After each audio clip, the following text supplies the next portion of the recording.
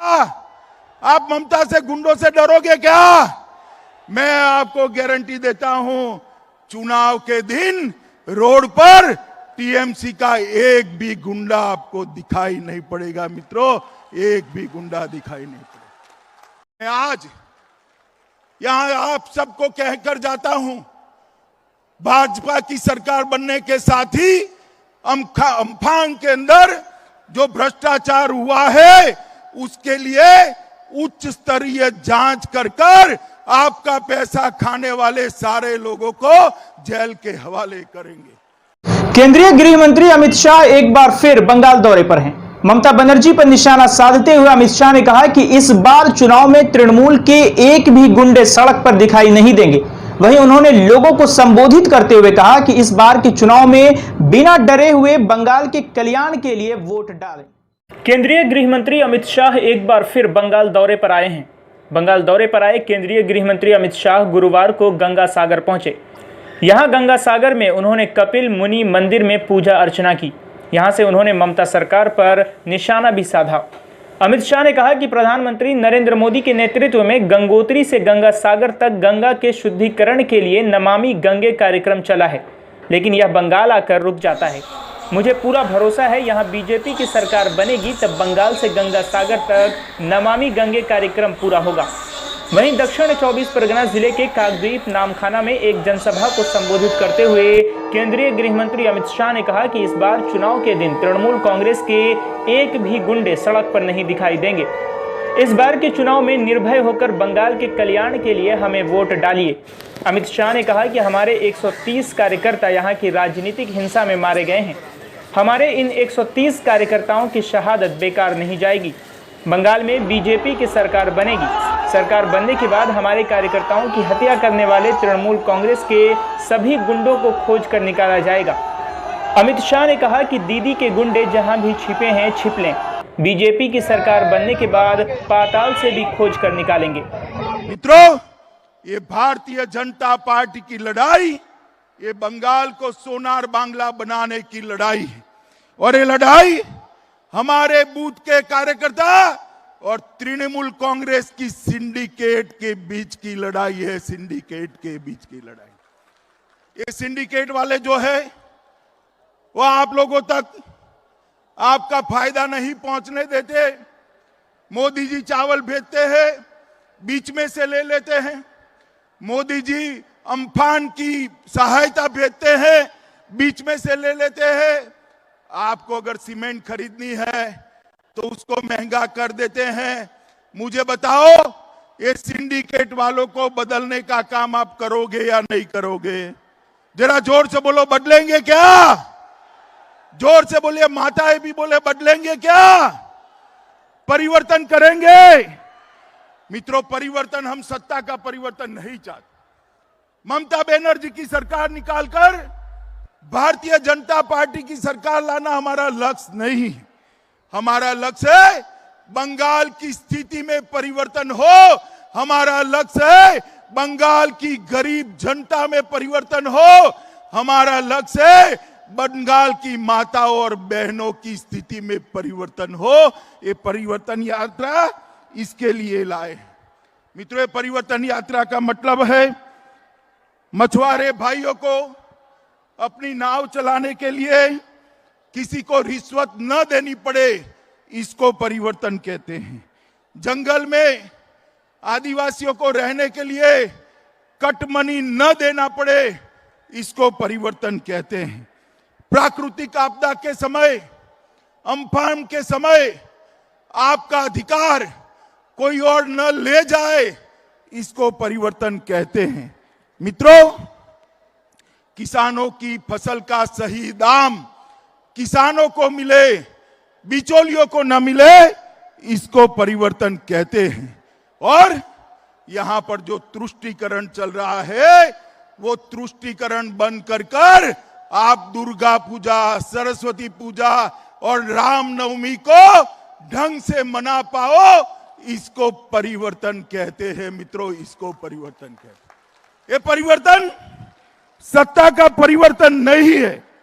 ये परिवर्तन गंगा सागर को सम्मान देने का परिवर्तन है। यहाँ के मछुआरों की स्थिति में बदलने का परिवर्तन है, यहाँ जंगल में रहने वाले भाइयों की स्थिति को बदलने का परिवर्तन है। और मित्रों, आप मुझे बताओ, बंगाल में जब तक ममता बनर्जी की सरकार है, कानून और व्यवस्था ठीक रह सकती है क्या? जोर से बोलो, रह सकती है क्या? पीछे वाले बोले, रह सकती है क्या? और जोर से बोलो, रह सकती है क्या? बंगाल विकास के रास्ते पर जा सकता है क्या? मित्रों, आपने ऊपर एक नरेंद्र मोदी जी की सरकार बनाई, एक बड़े इंजन को बंगाल के विकास के लिए दिल्ली में बिठाया है, मगर यहां की सरकार वो इंजन को काम नहीं करने देती। आप एक बंगाल सरकार भारतीय जनता पार्टी की बना दीजिए, जो मोदी जी के कंधे से कंधा मिलाकर ये डबल इंजन सरकार बंगाल को सोनार बांग्ला बनाए। ऐसी सरकार बनाने के लिए ये परिवर्तन यात्रा है।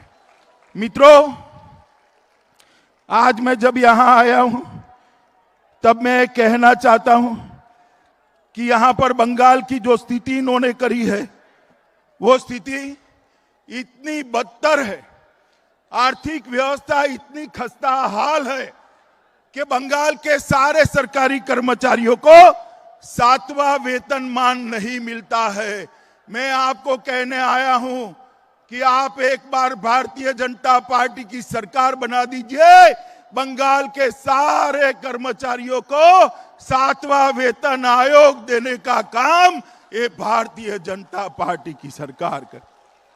मैंने अभी एक दृश्य देखा, कमर जितने पानी में नहर में हमारे शिक्षक भाई बहन अपनी तनख्वाह के लिए, न्याय के लिए लड़ रहे हैं। मैं आपके सारे बंगाल के सारे शिक्षक भाइयों को बताना चाहता हूं कि बंगाल सरकार आते ही आपको उचित मानधन मिले, इसके लिए एक कमेटी का गठन भारतीय जनता पार्टी की सरकार करेगी। सरकारी नौकरियों में इतनी सारी माताएं बहनें बैठी हैं, सरकारी नौकरियों में 33% से ज्यादा आरक्षण भारतीय जनता पार्टी की सरकार बंगाल में देगी। मित्रों, आज मैं आपको बताने आया हूं कि ये जो क्षेत्र है, एक क्षेत्र के अंदर हम मछुआरों के कल्याण के लिए ढेर सारी योजना लाने वाले हैं। भारतीय जनता पार्टी की बंगाल सरकार बनने के बाद हर मछुआरे को, लगभग 4 लाख मछुआरे को 6,000 रुपया किसान सम्मान निधि की तर्ज पर मछुआरा सम्मान निधि देने का काम ये भारतीय जनता पार्टी करेगी। मछुआरों के उत्पाद का सही दाम मिले, इसके लिए फिशरमैन प्रोड्यूस ऑर्गेनाइजेशन की तरह मछुआरा प्रोड्यूस ऑर्गेनाइजेशन का गठन कर आपके उपज का सही दाम मिले, इसके लिए राज्य कक्षा के मंत्री का एक मंत्रालय भारतीय जनता पार्टी की बंगाल सरकार बनाएगी। और ये अपना 24 परगना क्षेत्र है, उसको सी फूड प्रोसेसिंग हब के रूप में हम आगे बढ़ाने वाले हैं, जिससे सारा आपका उपज प्रोसेस होकर आगे बढ़ता जाए। मित्रों, ये गंगा सागर, उसको हम अंतर्राष्ट्रीय पर्यटन सांस्कृतिक क्षेत्र के रूप में इसको हम विकसित करने जा रहे हैं। और गंगा सागर को केंद्र सरकार की प्रसाद योजना के तहत भी हम लेकर आएंगे। और जो मेला लगता है उत्तरायण के दिन, 14 जनवरी के दिन, वो मेले को अंतर्राष्ट्रीय मेला का हम दर्जा देकर पूरे दुनिया भर के यहां पर टूरिस्ट आए, इस प्रकार की बात करेंगे।